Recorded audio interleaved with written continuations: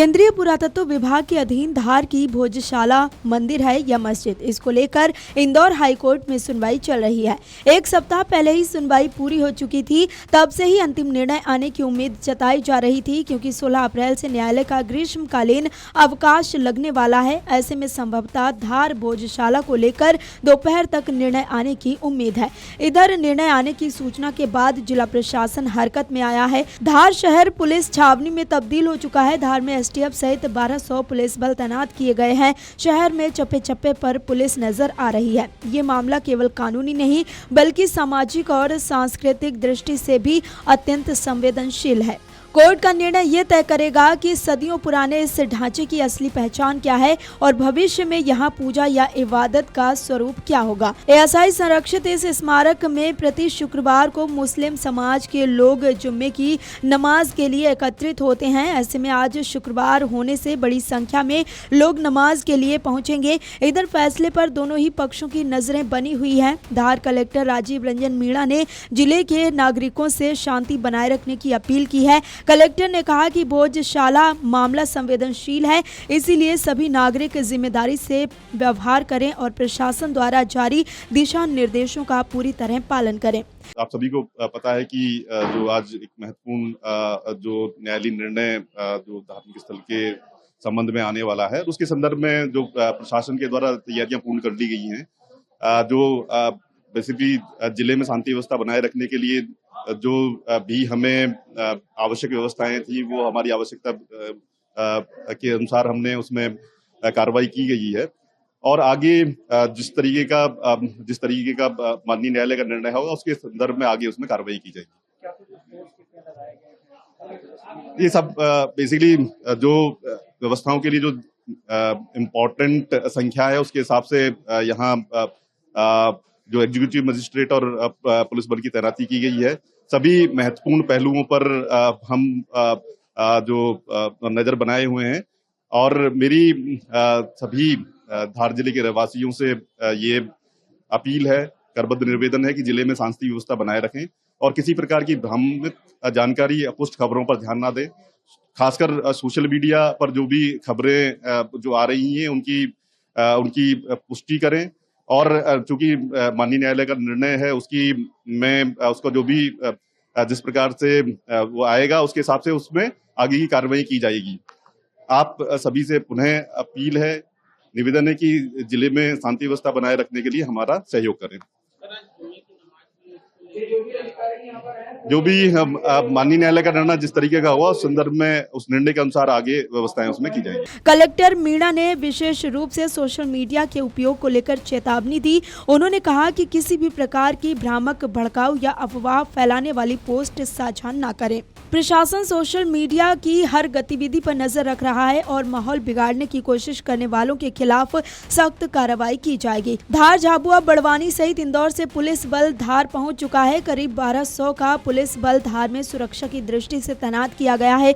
2 ASP, 15 SDOP, 5 DSP सहित 2 दर्जन थाना प्रभारी के हाथों में पूरा जिम्मा सौंपा गया है। धार में पूर्व में पदस्थ रह चुके अधिकारियों को बुलाया गया है, क्योंकि ये अधिकारी शहर के गली मोहल्ले से लेकर कॉलोनियों की बसाहट को अच्छी तरीके से जानते हैं। शहर की ऊंची इमारतों पर हाई राइज बिल्डिंग के तहत जवान लगाए गए हैं। साथ ही पुलिस मोबाइल वाहन लगातार शहर में पूरे दिन भ्रमण करेंगे। पुलिस कंट्रोल रूम पर भी रिजर्व पुलिस बल रखा गया है। पुलिस अधिकारियों के अनुसार किसी भी प्रकार की सूचना पर पुलिस की क्विक रिस्पांस टीम महज 2.5 मिनट में ही पहुंच जाएगी। शहर को 5 जोन सहित आधा दर्जन लेयर में विभाजित किया गया है, ताकि हर गतिविधि पर प्रशासन की नजर बनी रहे। कलेक्टर राजीव रंजन मीणा ने जिले भर में भारतीय नागरिक सुरक्षा संहिता की धारा 163 के तहत प्रतिबंधात्मक आदेश जारी किए हैं। प्रशासन ने होटल, लॉज संचालकों को आगंतुकों का रिकॉर्ड रखने और संदिग्ध गतिविधि की सूचना पुलिस को देने के निर्देश दिए हैं। आदेश 5 जून 2026 तक प्रभावशाली रहेगा। हिंदू फ्रंट फॉर जस्टिस के याचिकाकर्ता आशीष गोयल ने वीडियो जारी कर इसकी जानकारी दी है और उन्होंने सभी समुदायों से अपील की है कि न्यायपालिका पर सभी को विश्वास है, जो भी फैसला है वो स्वीकार करें। शांति और सौहार्द बनाए रखना हम सभी का परम कर्तव्य है। धार जिले में पुरातत्व विभाग द्वारा संरक्षित पे आज हाई कोर्ट या उच्च न्यायालय के द्वारा निर्णय आना है। इसको लेके बहुत ही कड़ी सुरक्षा व्यवस्था के इंतज़ाम लगाए गए हैं। हमारे पास जो व्यवस्था है वो आंतरिक, बाहरी और पूरे शहर और खासकर पूरे ज़िले में जो भी संवेदनशील क्षेत्र है उनको पहले से चिन्हांकित किया गया है। लगातार मीटिंग्स वगैरह की गई हैं और ऐसे लोगों को सर्विलांस पे रखा गया है जिनके द्वारा किसी प्रकार से कोई सही गलत करने की आकांक्षा है। तो जो भी इसमें भ्रामक जानकारी फैलाएगा उनके खिलाफ हम कड़ी से कड़ी कार्रवाई करेंगे और लगातार पेट्रोलिंग, सर्विलांस और डोमिनेशन के माध्यम से सुनिश्चित करेंगे कि आज का दिन पूरा शांति से जाए। क्या अपील करेंगे? धार जिले के नगरवासियों से अपील है कि माननीय उच्च न्यायालय का जो भी निर्णय आता है वो उसका सभी को पालन करना है, शांति, सौहार्द, भाईचारा बना के रखना है और जो भी इसमें खलल डालता है उसके खिलाफ कड़ी कार्रवाई की जाएगी। फोर्स लगभग 1000 से ऊपर का लगाया गया है और सिर्फ शहर में नहीं लगाया गया है, बाकी जो तहसीलें हैं, अनुभाग हैं, उनमें भी फोर्स लगाया गया है। धार एसपी से निवेदन किया है कि निर्णय के मद्देनजर कानून व्यवस्था बनाए रखें। पैरवी करने वाले एडवोकेट विष्णु शंकर जैन और एडवोकेट विनय जोशी द्वारा भी सभी से शांति बनाए रखने की अपील की गई है। हिंदू फ्रंट फॉर जस्टिस की ओर से वरिष्ठ अधिवक्ता ने बताया कि भोजशाला पर प्लेसेस ऑफ शिप एक्ट लागू नहीं होता। ये एएसआई द्वारा संरक्षित स्मारक 7 अप्रैल 2023 को भारतीय पुरातत्व सर्वेक्षण विभाग द्वारा जारी आदेश को निरस्त करने की मांग रखी गई। सन 1952 से हिंदू समाज भोजशाला की मुक्ति के लिए और उसके गौरव की पुनर्स्थापना के लिए लगातार संघर्ष कर रहा है। संघर्ष के चलते जब हिंदू समाज प्रताड़ित और अपमानित हुआ, उसको देखते हुए 2022 में विभिन्न प्रकार की याचिकाएं हाई कोर्ट में लगाई गई। एक महाभास, 60 दिन की महाभास के बाद आज बहुप्रतीक्षित फैसला माननीय उच्च न्यायालय इंदौर के द्वारा दिया जाना है। हिंदू समाज हर्षोल्लास कर रहा है, उत्साह से भरा पड़ा है और आज जो उसकी बहुत सालों का जो संघर्ष था उसका परिणाम आने वाला है। इसलिए पूरे नगर में, हिंदू समाज में खुशी का वातावरण है। हमारी भोज उत्सव समिति के द्वारा नगर के सभी हिंदू जनों से आग्रह किया गया है कि जो जहाँ है, जिस स्थान पर है, हिंदू समाज के भावनाओं के अनुरूप फैसला है। इसलिए भगवान से प्रार्थना करें, हनुमान चालीसा का पाठ करें। अंदर भी जो है महिलाएं गीत गा रही है, हनुमान चालीसा का पाठ कर रही है, तो क्या फैसले को लेके आपको लगता है? फैसला हिंदू समाज की भावनाओं के अनुरूप हो, इसलिए समाज आज भगवान से प्रार्थना कर रहा है। अखंड ज्योति मंदिर में भी लगातार पाठ पूजा चल रही है और जो मातृशक्ति है वो अखंड पूजन कर रही है। इनके नाम और पद बता। हेमंत दोराया, महाप्रबंधक भोज उत्सव समिति था। साथ ही प्राचीन स्मारक एवं पुरातात्विक स्थल एवं अवशेष अधिनियम 1951 की सूची में भोजशाला का नाम दर्ज है। सुनवाई के दौरान कोर्ट से आग्रह किया गया है कि भोजशाला का धार्मिक स्वरूप तय कर इसे पूर्ण रूप से हिंदू समाज को सौंपा जाए। इससे मां सरस्वती की पूजा और हवन वर्ष भर हो सके। यहाँ की दीवारों पर संस्कृत के श्लोक उत्कीर्ण हैं। खंभों और नक्काशी में हिंदू वास्तुकला के स्पष्ट चिन्ह जैसे कमल के फूल, शंख, चक्र दिखाई देते हैं। उनका दावा है कि यहाँ देवी सरस्वती की प्रतिमा थी जो वर्तमान में लंदन के संग्रहालय में है। निश्चित ही आज भोजशाला का परिणाम आने वाला है, क्योंकि धार का हिंदू समाज सदियों से संघर्षरत रहा है।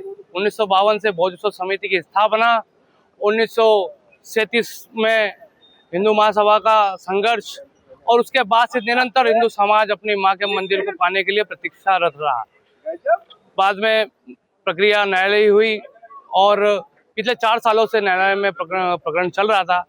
60 दिन की निरंतर सुनवाई, 60 घंटे सुनवाई और उसके पश्चात आज परिणाम। तो निश्चित ही जो परिणाम, जैसा ऐसे सर्वे के 51 दिनों का सर्वे हुआ और 2100 पन्नों की जो रिपोर्ट निकली, उस रिपोर्ट में सभी जो साक्ष्य निकले वो हिंदू मंदिर के निकले, आप सभी के सामने हैं। और आने वाले समय में जो अब परिणाम आज आने वाला है तो निश्चित हिंदू समाज के पक्ष में आने वाला है, क्योंकि भोजशाला को सर्वे की जरूरत नहीं थी। भोजशाला का प्रत्येक खंभा चिक चिक कर कह रहा है कि ये हिंदू मंदिर है। प्रत्येक खंभे पर घंटे, घड़ियाल, शंख, चक्र, वरा की मूर्तियां, विशाल हवन कुंड और 2 शिलालेख जिसपे स्पष्ट लिखा है ओम सरस्वती नमः, ओम नमः शिवाय। तो ये सदा सिद्ध करते हैं कि ये भोजशाला है। और चूंकि मामला प्रकरण न्यायालय में विचाराधीन था, आज उसका निर्णय है तो हिंदू समाज के पक्ष में आएगा, क्योंकि हम भारतीय हैं और हम भारत की न्यायपालिका पर पूर्ण विश्वास करते हैं। जो भी डिसीजन आएगा हिंदू समाज उसको सर स्वीकार करेगा। मुस्लिम पक्ष कमाल मौलाना वेलफेयर सोसाइटी की ओर से वरिष्ठ अधिवक्ता सलमान खुर्शीद ने एएसआई सर्वे पर सवाल उठाते हुए कहा कि उपलब्ध कराई गई वीडियोग्राफी स्पष्ट नहीं दी गई, रंगीन तस्वीरें भी नहीं दी गई। उन्होंने अयोध्या फैसले का उल्लेख करते हुए कहा कि वहां रामलला विराजमान की मूर्ति मौजूद थी, भोजशाला में कोई स्थापित मूर्ति नहीं है। विवादित स्थल का धार्मिक स्वरूप तय करने का अधिकार सिविल कोर्ट को है। हाई कोर्ट अनुच्छेद 226 के तहत रिट अधिकार क्षेत्र में सुनवाई कर रहा है। उनका तर्क है कि ये सदियों से एक मस्जिद रही है जहां नमाज पढ़ी जाती रही है। वे इसे कमाल मौला की दरगाह से जुड़ा हुआ परिसर मानते हैं और 2003 से पहले की यथास्थिति बनाए रखने की मांग करते रहे हैं। Video desk amarujala.com। अगर आप ये वीडियो YouTube पर देख रहे हैं तो हमारे चैनल को सब्सक्राइब कर बेल आइकन दबाएं और Facebook पर देख रहे हैं तो हमारे पेज को लाइक करें।